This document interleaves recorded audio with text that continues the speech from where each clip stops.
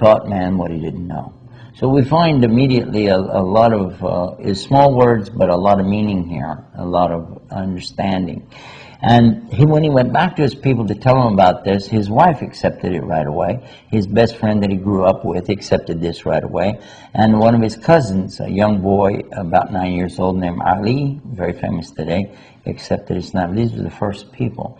But then the others weren't so quick to accept. In fact, he found a lot of resistance, and they began attacking him and saying bad things. He's a magician, he's a liar, he's this and that. But they knew he wasn't a liar, they knew he wasn't a magician, and they knew that he was telling at least what he believed, because he wasn't coming up with something that was typical for a madman, a crazy person, or a magician. He was saying what he really believed. There's one God, only one God, and I'm his messenger to you. So this rejection went on for quite a while. In the beginning, they tried to negotiate things with him. They offered him, you know, we'll give you a good position. We'll let you be like the king of the tribe. We'll give you women. What do you want? Money? We'll give you money. You want power? What do you want? He said, I don't want any of those things. There was no motive. Well, his own uncle came to him and he said, his uncle's trying to defend him and take care of him. And he said, look, I can only go so far. These people are getting wild. Your own relatives want to wipe you out because you're challenging their false gods. They don't like it. So why don't you settle down a little bit? He said, and they're offering this, they're offering that. He said, well, look, I swear by God, if they put the moon in my right hand and the sun in my left, meaning if they give me everything there is, the expression they had, he said, I would never give up worshiping God as one. I would never give up spreading this message. It means no matter what they offer, no matter what they say, I can't accept it because I'm not here about material things. I want to tell people there's one God, worship Him. That was the main message that he brought. Still the same message today.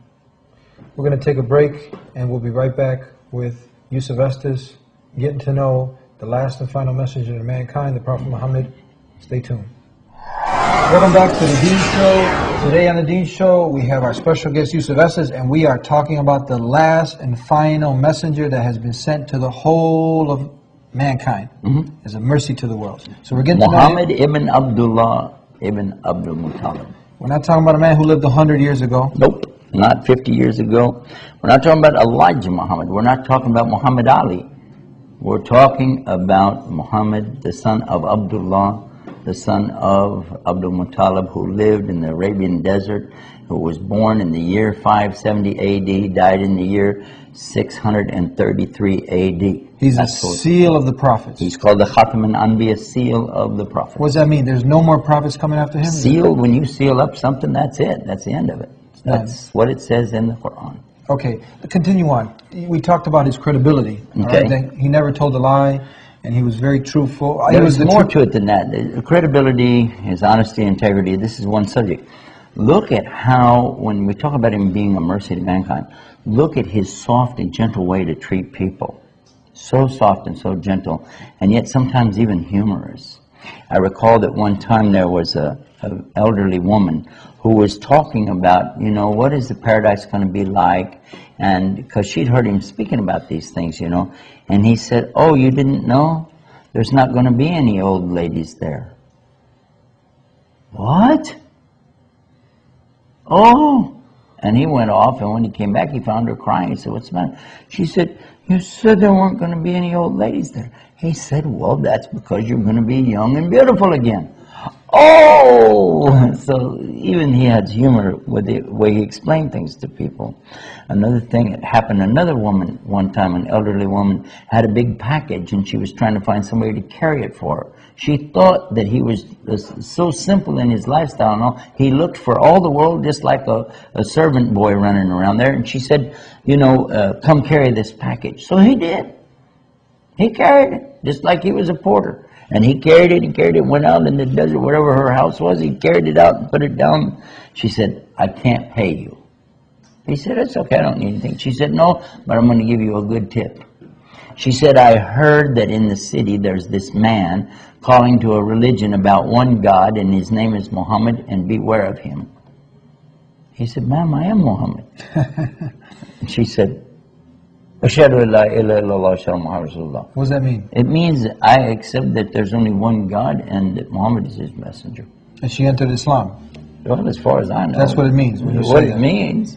But because of his character and his action that went with it, that was important, you know. He was soft, he was gentle.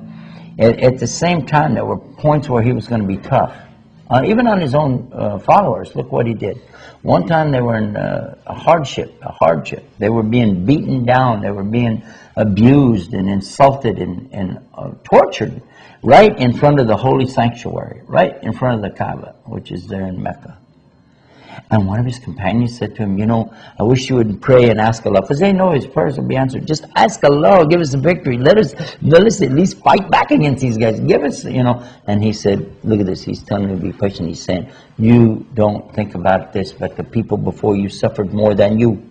And here's a condition he's going to describe now to him about the early Christians, what they went through. He said they were tortured in such a way that they would rake their skin off with steel combs. They would take these iron combs and just rake their skin and just kill them with that.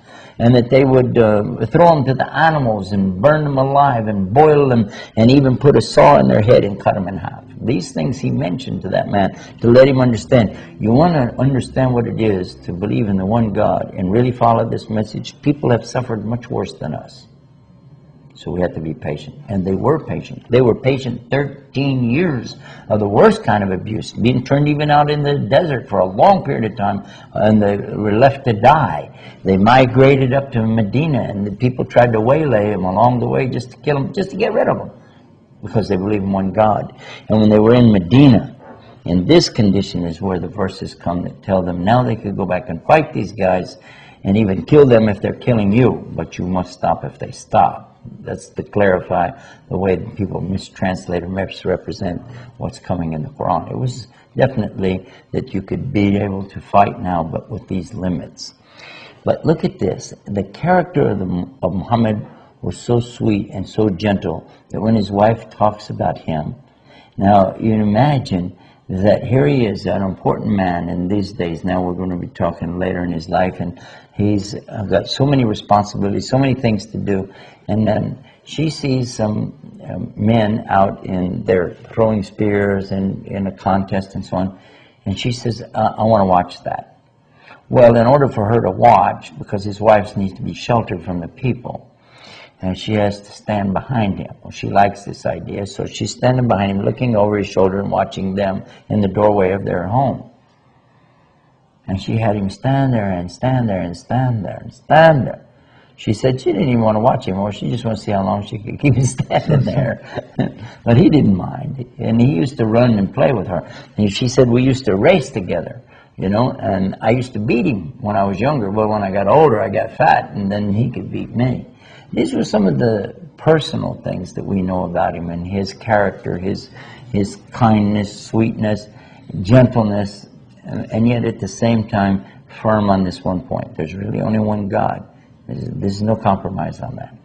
Can you tell us what could have driven a man to go through all this torture and all this persecution? What was his motive behind this? That's a very good question. It's an intelligent question. The motivation behind people, all people, is always the same thing. There's no difference between you and I and Prophet Muhammad or Jesus or Abraham or even Adam, our father Adam. All of us, peace be upon them, all of us, we have two motivators. And you can check this out with psychiatrists, they'll tell you the same thing.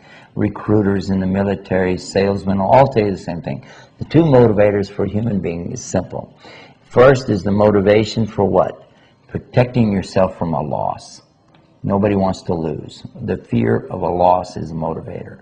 And the hope of a reward or a gain, this is another motivator that all of us have. We want to gain, but at the same time we don't want to lose. This is key, because if I'm thinking that I could lose, I would rather hold on to that than take a chance on a gain. And people do this, logical people anyway, in the stock markets, investments and things, that you'll see that same thing worked out in real life. But especially here, when a person has had a chance to actually get close to the paradise, which he did, and have an idea what's in the hellfire, which he did, then after that, nothing in this world is ever going to impress you again. Anybody that's ever had any experience, I've talked to people who had near-death experiences or what they call death experience, and they were brought back